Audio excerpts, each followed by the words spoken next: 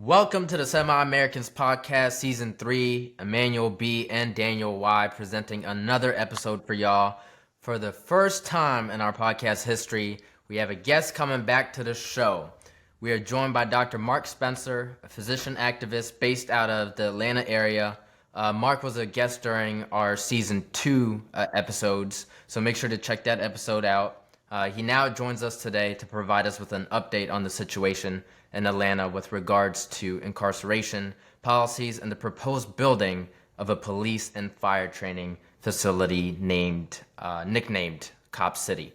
So without further ado, please help us welcome Dr. Mark Spencer. How's it going, Mark? How you feeling, man? I'm good. I'm good. Thanks for having me on. I didn't think that I would get the call back, but here we are. Yeah, again, against all odds, we were like, you know what, let's have him come back. Let's see if he can do better than he even did the first time. So let's get right into it. Would you mind telling us and the audience about this whole proposed Cop City plan, and why this proposal has faced such strong resistance from many residents of the greater Atlanta area? There was even an unfortunate incident in which a 26-year-old environmental activist passed away from being fatally shot. Rest in peace to that individual. It seems like the tension continues to build between the lawmakers slash police force and the citizens. Yeah, so Cop City, or the new proposed Atlanta Fire and Police Training Facility, was initially proposed by the Atlanta City Council back in the spring of 2021. And this was kind of dropped on the public out of nowhere for such a big undertaking and what they were proposing for this project. It was a bit of a surprise that there hadn't been more public conversations before then. Initially, after some public engagement and discussion, although very little. It went to a vote in September of 2021, and this facility, which is a facility that was initially proposed to be over 380 acres, which is a huge size for a facility. It's supposed to be placed in the South River Forest, which is a huge green forested area south of Atlanta and actually known to be one of the four lungs of the city of Atlanta, an incredibly diverse ecosystem that is incredibly important to the life and habitats and all, really, I mean, all humanity in Atlanta and the surrounding areas. There's a couple of streams and rivers that run through there as well.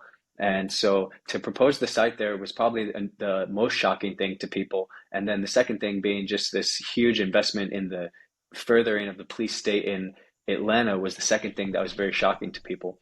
So really, since it was announced, there's been a lot of public opposition, and it all culminated in September with that initial vote where the council, despite record public feedback, and it was all virtual at the time due to COVID, but over 17 hours of public comment was given, and over 70% of the people were adamantly opposed to the facility, with really the people who called in supporting it, the majority of those were mostly police and firefighters themselves. So even from the get-go, this project has been wildly unpopular and has it really raised a lot of red flags and concerns from a lot of different groups, from the two large buckets being people upset about the environmental impacts of this project, and then people upset about the further investment in policing and kind of the police state. And so, just to go a little bit deeper into this, the land where this is going to be built is not only built in a forest, and destroying at this point, after a lot of pushback, they cut back the acreage that they were actually going to deforest. Although there's no really hard promise that they couldn't deforest more in the future, but they have already started the clear cutting of 85 acres of forest, and to do that in the middle of a climate crisis is really quite something. And local, national, and international environmental groups have spoken out against this project and building it in the forest. Um, this site and land is also land that is incredibly important and holds a lot of value for the Muskogee Creek people who were forcibly removed from this land uh, in the early 1800s. by settler colonists of the United States. And after that, this land was transformed into a literal prison farm where people were incarcerated. And for the better part of the 20th century, doing slave labor essentially on this very grounds. And so this land has a lot of history and trauma and um, issues that even go beyond just being inside of a forest. And there's really no significant plan to deal with any of that history, and it's been largely just glossed over.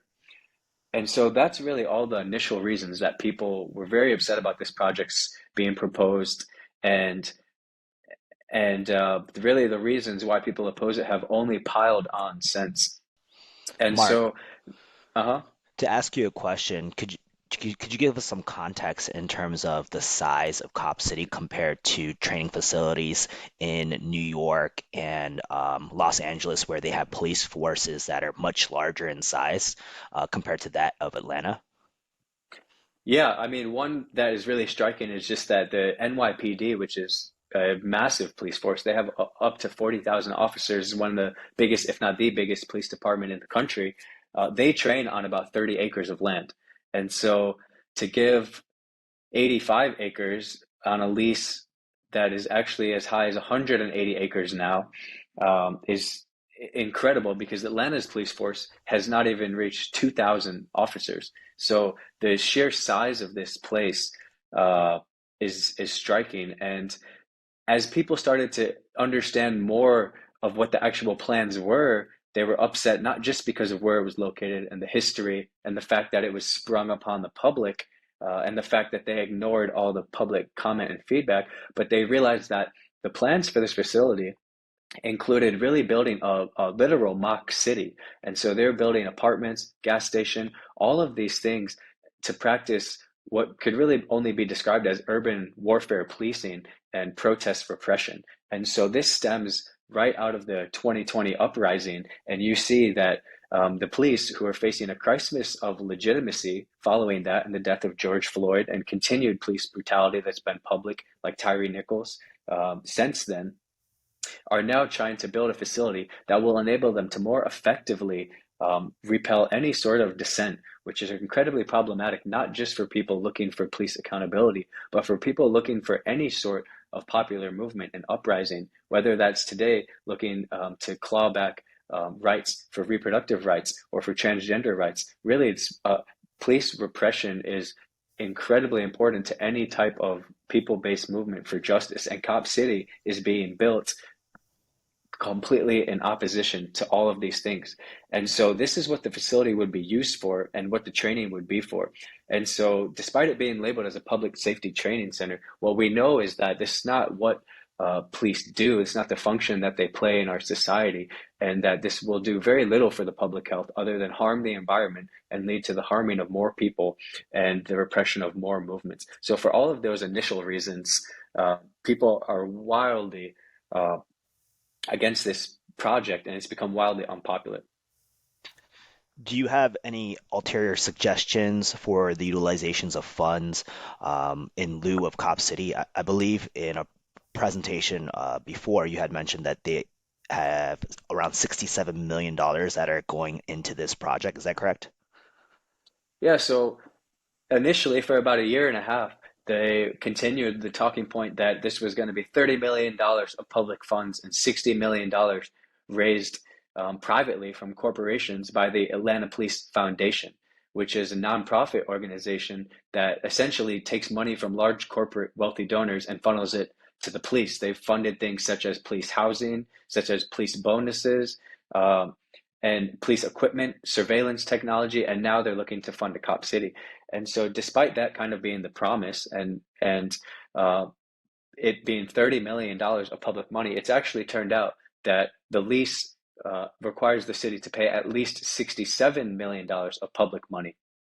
And this was really only found out by the public almost over 18 months into this entire process, which again is incredibly troubling.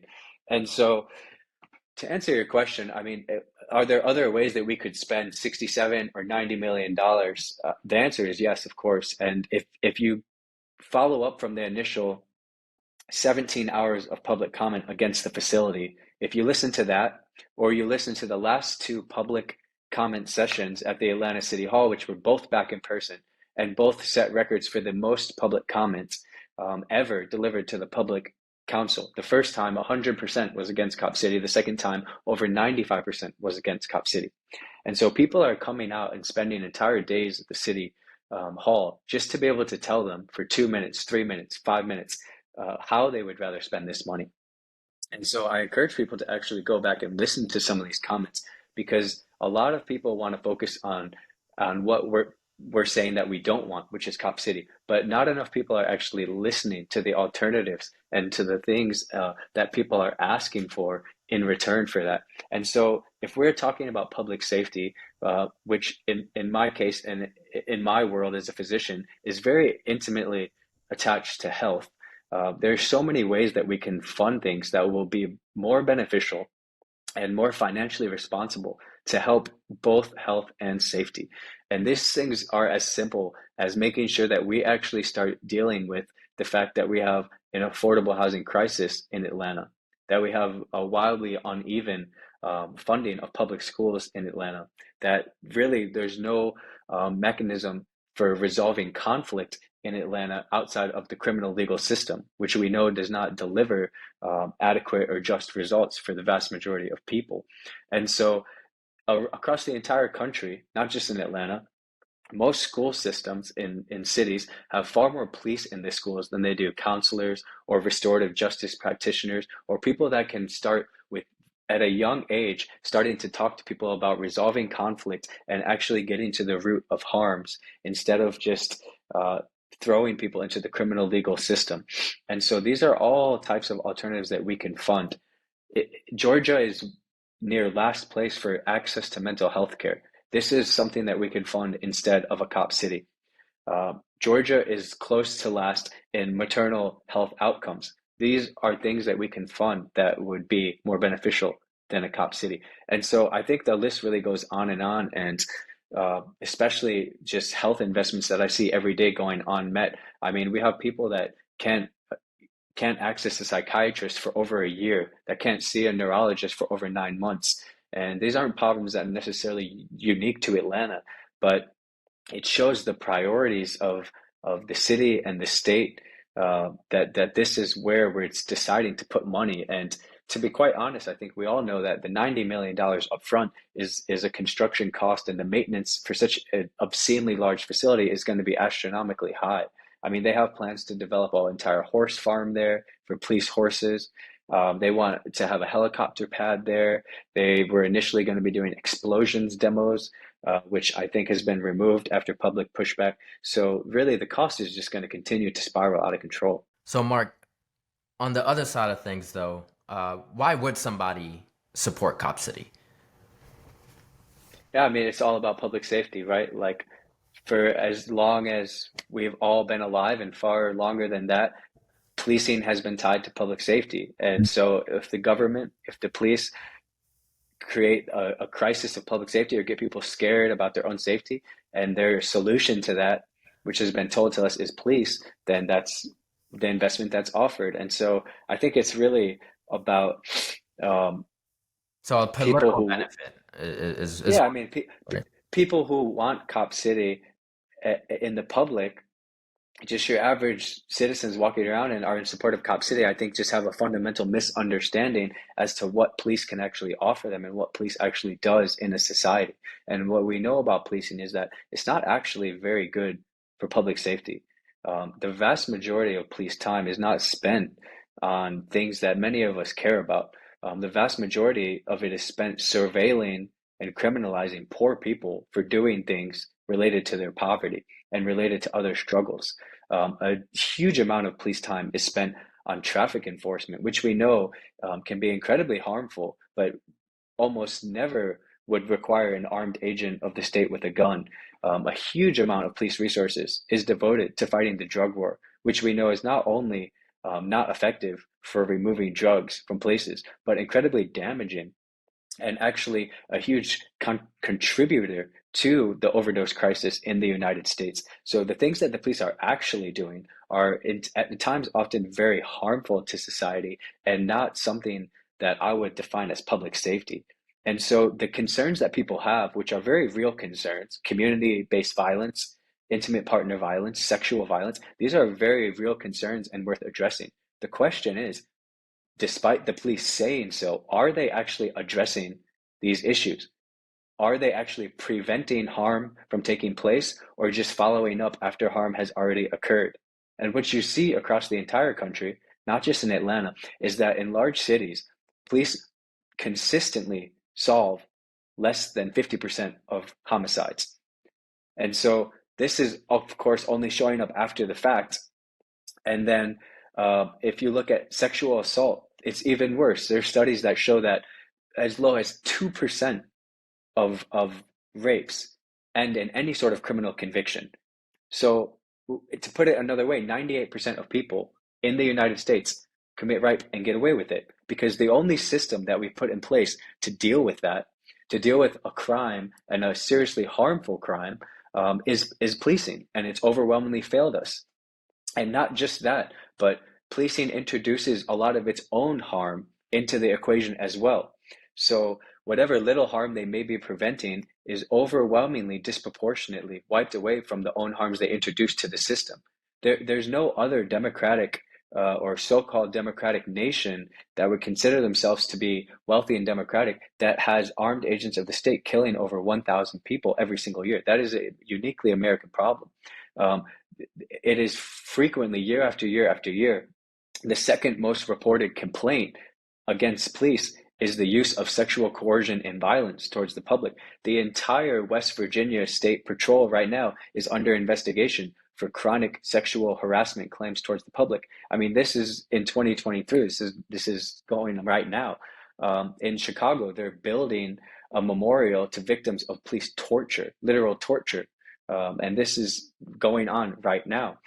And in Chicago, again, just this week, they're having to transfer immigrants out of a police station because in the police station, a place that's been told to the public is a place of safety, immigrants are being sexually harassed and abused by the police themselves. So they need to be transported out of there. I mean, these things are taking place right now in the United States. And so I think that the general public who looks at Cop City as a public safety solution just has a fundamental misunderstanding as to what it is, how police spend their time, and how effective they are at addressing the harms that we actually care about them addressing. So, Mark, beyond the average citizen that may want Cop City under the false pretense of public safety, could you talk to us about the motives behind other entities such as wealthy corporations or organizations such as the APD, as well as how it all ties into what you mentioned is called the Atlanta Way? Yeah, so Atlanta Way is definitely not a term that I've coined, but it basically gets at the relationship between a southern city, Atlanta, and its traditional power holders of the wealthy corporate elite, and then a city that was in the past overwhelmingly a black working class and poor city. And so, starting in the 1970s, you have the election of the first black mayor, Maynard Jackson.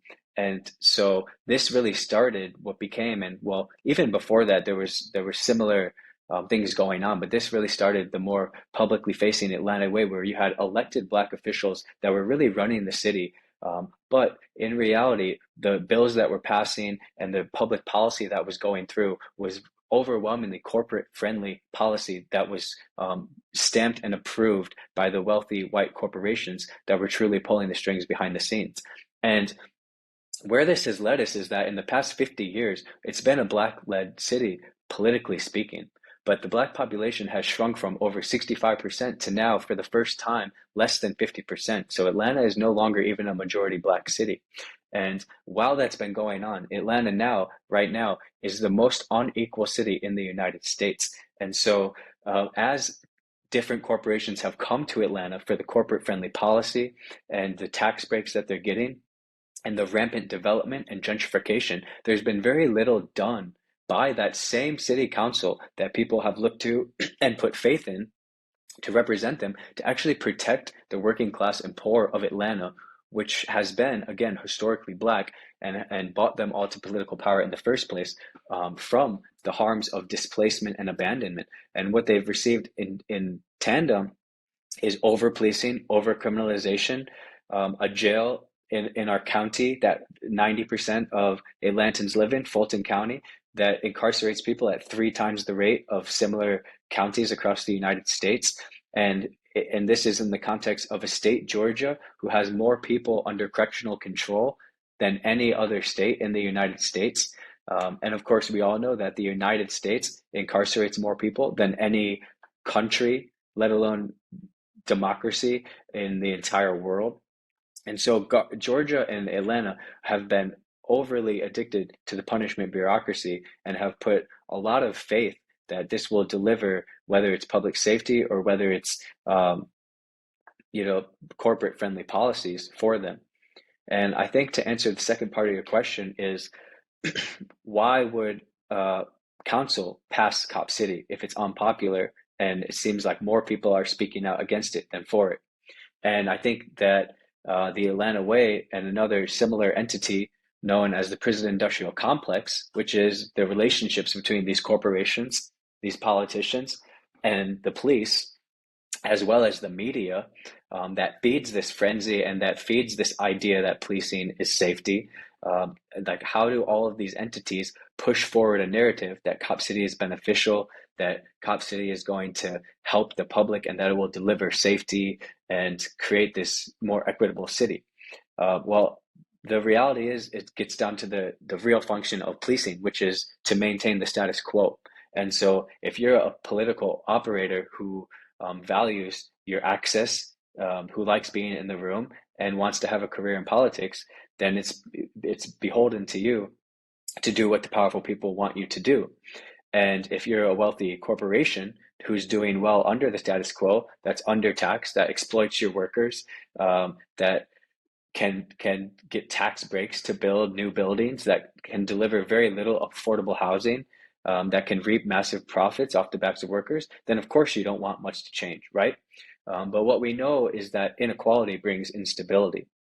And so when you're in Atlanta, where we're already facing this inequality crisis, this crisis of premature death, where you have neighborhoods of people dying at ages of 50 and 55 when the life expectancy should be 75 or 80. This is not a situation that's conducive for many, many people. It's completely untenable to patients that I see every single day. And so in order to ensure that stability, in order to ensure that 2020 uprisings don't happen again, that people don't start standing up and going to the streets, seeking rent control, seeking policies that are actually person-centered and that push back against corporate profiteering and the existing power structure, well, the people that will do that for you is the police. And the lesson for us really just comes from history, and looking at any social movement and any gain that's been had has had to go through the police. And that's the way it will be in the future as well. If we want to address the climate crisis, it will have to be done going through the police as well. So the only reason we have labor rights now is because people stood up to the police and fought against the strikebreakers and delivered us some labor rights. For women's suffrage, they had to go through the police. For the civil rights era of the 60s, they very obviously had to go through the police. And this goes on and on and on in history. And now we're just seeing it repeat itself again as people are pushing back, not just against expansion of policing and police brutality, but also against environmental degradation.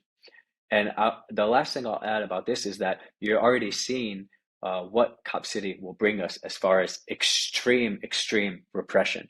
Not only was the first environmental activist Tortuguita killed in the United States defending Cop City from destroying the forest in January of this year, but over 42 people have been charged with domestic terrorism, as the government has tried to frame the Defend the Forest movement, which is an autonomous movement of people who don't want Cop City and want to see the forest preserved and protected. They've charged them with domestic terrorism, framing them as an organized crime syndicate. And most civil rights organizations have really condemned this and said that these are completely trumped up charges. But still, many of them sit in jail unable to afford their bail or not provided the opportunity to pay bail. On top of that, people were flyering mailboxes in a neighborhood of some of the officers that killed Tortuguita, as they were shot over 57 times with their hand in the air under very, very suspicious circumstances, with no body cam footage, because the Georgia State Patrol does not use body cams. And so people found out the names of the officers and were flyering the neighborhood to let them know, hey, your neighbor took part in this horrific murder. And the police arrested them for doing that and charged them with intimidation of an officer.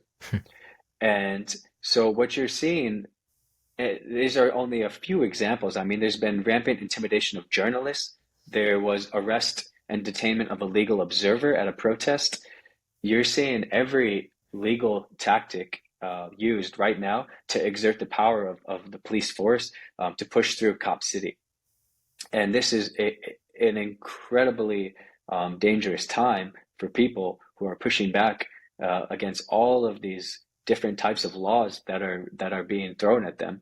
And we see in Florida, to tie this to another struggle, we see similar things already being used, where people who are fighting back for reproductive rights and have graffitied these anti-abortion centers that call themselves crisis pregnancy centers, and they graffitied it, which usually would be a pretty small misdemeanor crime. They're also being charged with 10, 20 years in prison.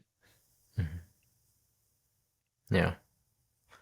So, Mark, it seems like so much of Cop City stems from greed, right? There's involvement from the Atlanta Police Foundation, and then there are mechanisms that are in place for corporations to funnel money / funds that support their interests, right? And I think one of the quotes in one of the articles that you shared from Micah Herskind, I'm sorry if I'm butchering the name, but it was: the purpose of Cop City is to project a sense of safety, a place where people with money can come to turn that money into more money. Yeah, I mean, I think that quote is just describing what the Atlanta Way is, and how also the prison industrial complex and all of these relationships actually works in practice. And so by creating stability, by creating essentially a police state where people and corporations and capital can feel safe coming to Atlanta and investing their money here versus somewhere else, that's favorable to them. And if you look at the funders of the Atlanta Police Foundation, what you see is it's who's of Georgia politics and large corporations. I mean, you have the Home Depot, you have Cox Enterprises, which is the owners of our local paper, the AJC, and donors of $10 million to Cop City. And of course, you've seen almost entirely one-sided coverage in the AJC over the past 2 years on the Cop City issue. And so you see how by funding Cop City, they're looking for a return on their investment. I mean, these are businesses. They're not doing this. They could donate $10 million to any other cause. I mean, police are already some of the best paid and well-resources and best benefits public officials. So there's no real reason that if you're looking to provide charity to some sort of organization that you would choose the police. The police in America are funded so well that they actually constitute the third largest military in the world. Only the United States and Chinese military is more well funded. Police are so well funded that they take up over a third to 40%, sometimes 50% of local budgets. So they really do not need this philanthropy. It's given for a very legitimate reason and purpose, which is for a return on their investment and the protection of their corporate friendly policies that they like, and the repression of any dissent when people should speak up. The Atlanta Police Foundation, to point in case, the Atlanta Police Department just arrested a 76-year-old lady outside of a Home Depot protesting Cop City. And of course, on any normal circumstances, just one person with a small group of people protesting peacefully outside of a building, not even inside the store, would not be taken away in a SWAT car and taken to the jail and booked. But it's because of what this political moment means, and them sending a message to everybody else that nobody is above being touched by the power of the police in this instance. And so really, I encourage everyone to go look at the Atlanta Police Foundation website, and then you can really see for yourself who all is on this board and what might be their reason to be on this board, and why would corporations spend their resources here versus spend theirs somewhere else. Because I'll tell you, like, I would gladly take $10 million, let alone $90 million to our clinics where our patients can't afford a blood pressure cuff. They can't test themselves in their blood sugars to see, how their diabetes is controlled because they don't have the resources to access this type of equipment and they can't afford it in a timely manner. And so there's plenty of other things that need to be funded outside of a cop city.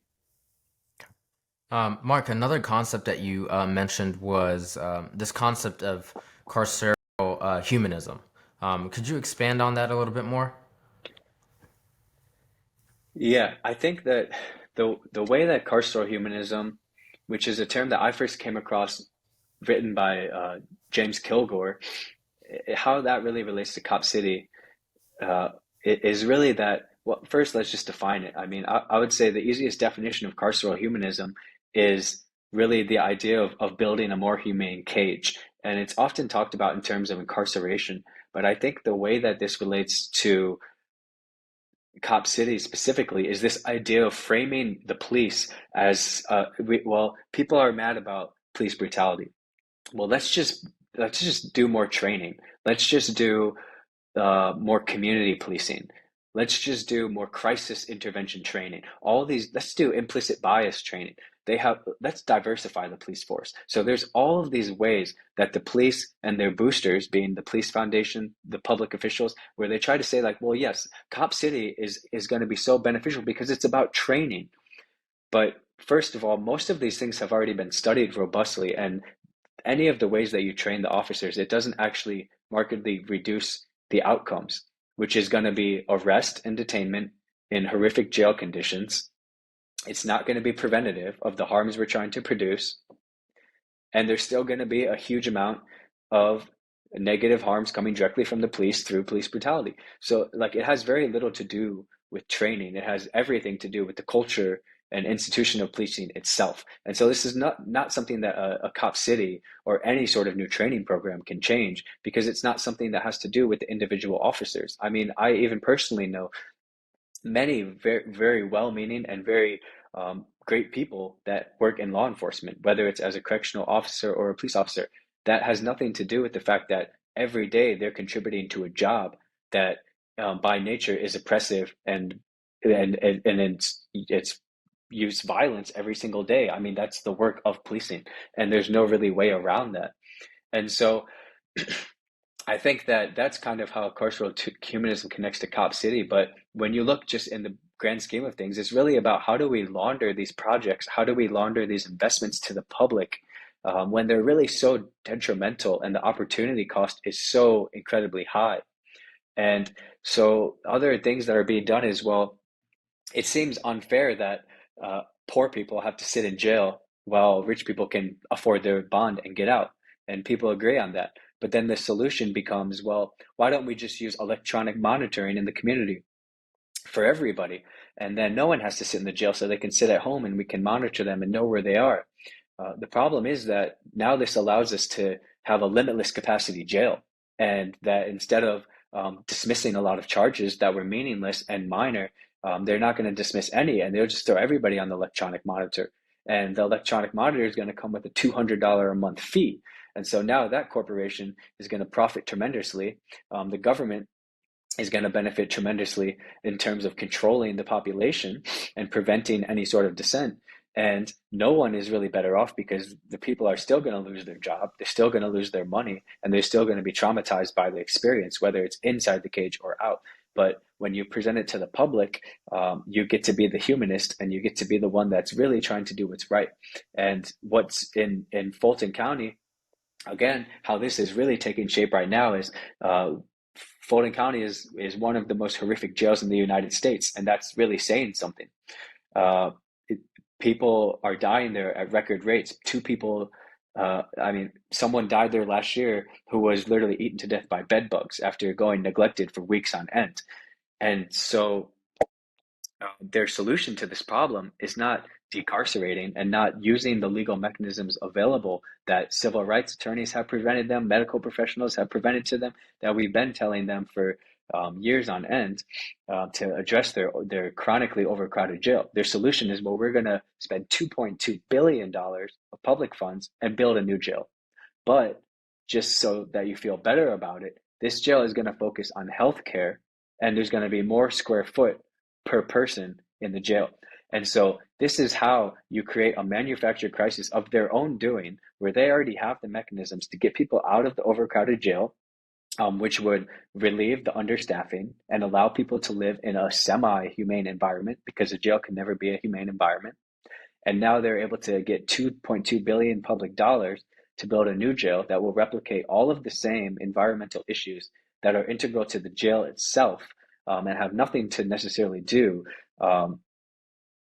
with the people inside of it. But it's just that the experience of incarceration is an experience of stigmatization and dehumanization. And so now that's what they're planning to push forward. And so along with their Cop City, they're planning to build a new $2.2 billion jail with increased capacity that will end up just as dilapidated and just as horrific as the existing one. Mark, do you ever believe do you believe it's ever right for anyone to be sentenced to time in prison? Are there any scenarios? And what do you believe is the most ideal way to maintain justice without the use of prisons and incarcerations? And basically, in other words, how can society ensure the safety of the public? Like, for example, like if there is a mass murder, right? How can you potentially ensure, that the people around you are safe from that individual? And what would be a just punishment, for example? Yeah, I mean, I appreciate you asking those questions because it's very common questions. Uh, I wish we had a few more days to maybe dig into them a little bit more. But what I'll say is that the first thing is that I don't have all the answers to create a world where no harm takes place. And I don't think any single person does by themselves. What I do know is that policing and prisons is not the solution to that harm, because all the harm that people are worried about that's taking place right now is taking place on the status quo. And so the burden of proof really is not with advocates and organizers and activists to say this is what I would do if I was given all of police funding. The burden of proof really should be on the police and these carceral institutions and our local politicians to say, you've entrusted us with tens of billions of dollars.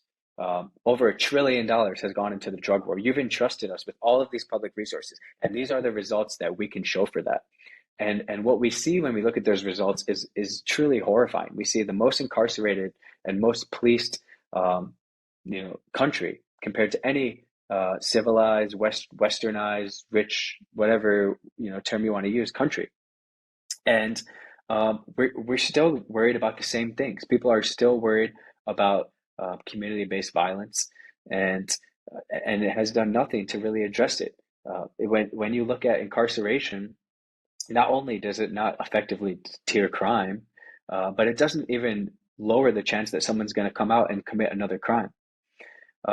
So we do know a lot of solutions to a lot of the problems that people are dealing with, but what we lack is the bravery and the commitment from elected officials to actually adequately fund all of these other alternatives that we could be using instead of policing and prisons to create safety.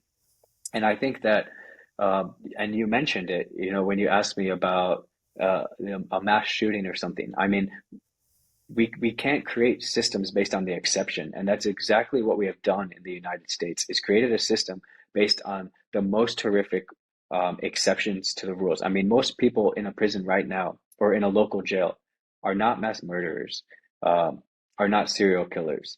Some people incarcerated have caused very significant harm. Many haven't. Even if we released every nonviolent incarcerated person right now, we would still have the most incarcerated country in the entire world. So we do have to find ways to deal with different types of violence. But the question of that is, how do you get to the root of it?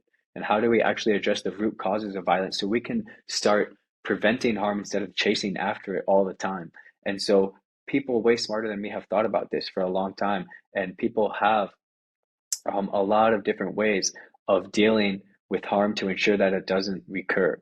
And the thing about policing and incarceration is instead of dealing with harm in a way to prevent it from recurring, it inflicts further harm on that person, on their families, on communities, on all of us by using up funds on something that's not working.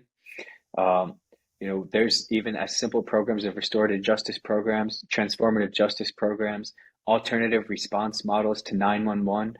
When over 90% of the calls are not for any violence, why are we sending armed agents of the state with the risk of arresting someone and putting them in jail and starting this whole traumatic cycle? It just doesn't really make any sense.